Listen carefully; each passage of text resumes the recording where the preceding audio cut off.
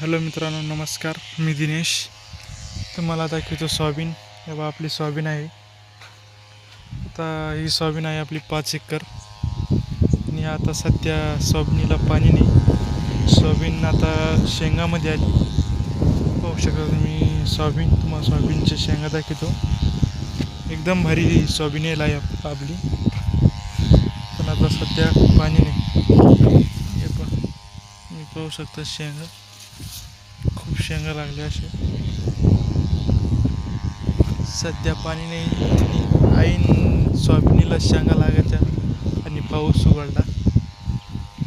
तर असं झालं आता की पाऊस उघडला, शेंगा लागू राहिल्या आणि ऐन शेंगाच्या भरत्या टेमाला पाणी नसल्यावर कसं होतं. तुम्हाला एक उदाहरण सांगतो. पोराला दूध नसल्यावर पोरं कसं होतं, एकदम कमजोर होतं. तसं शेतकऱ्याच्या सोयाबीनीला शेंगा लागताना पाणी नसलं तर विचार करा तुम्ही, ती शेंगा पोसन का. तुम्ही पाहू शकता सोयाबीन एकदम भारी गेली आपली. सोयाबीन पाहू शकता तुम्ही, शेंगा पाहू शकता. हे बघ शेंगा.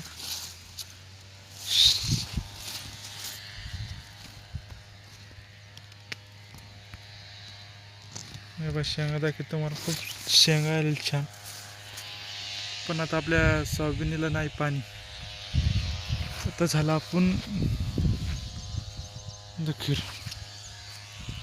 तुम्ही पाहू शकता इकडं खूप सोयाबीन आहे आणि आता पाऊस नाही तर विचार करा तुम्ही, हे शेंगाला काय होईल. काही नाही याला, फक्त चिपडेच येईन ना. तर पाणी पाहिजे, पाणी लागतच. तुम्ही पाहू शकता. हे बा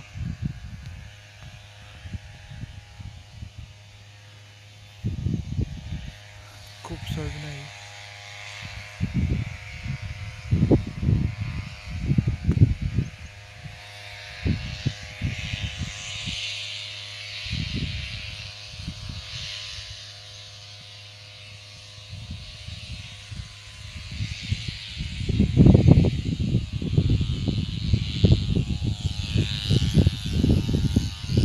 तर ऐन सोयाबीनच्या शेंगाच्या टायमाला पाऊस उघडून गेला.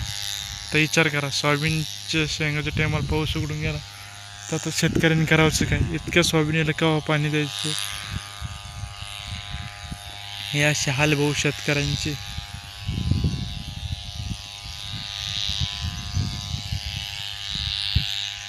काय करावं शेतकऱ्यांनी.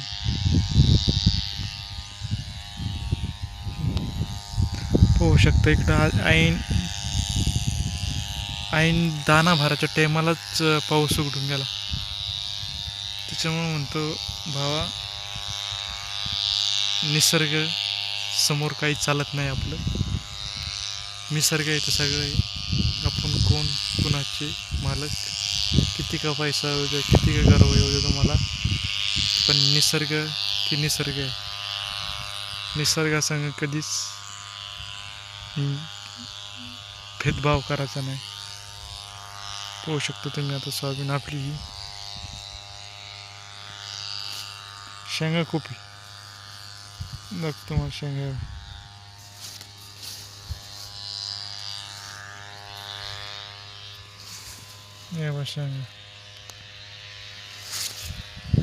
शेंगा खूप आहे, पण आता पाणी नाही. सध्या पाणी लागत आहे. शेंगा.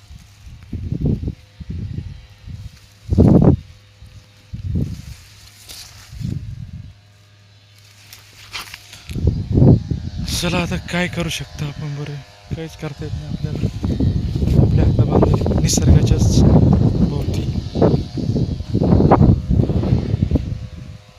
निसर्गाच्याच भोवती रे देवा.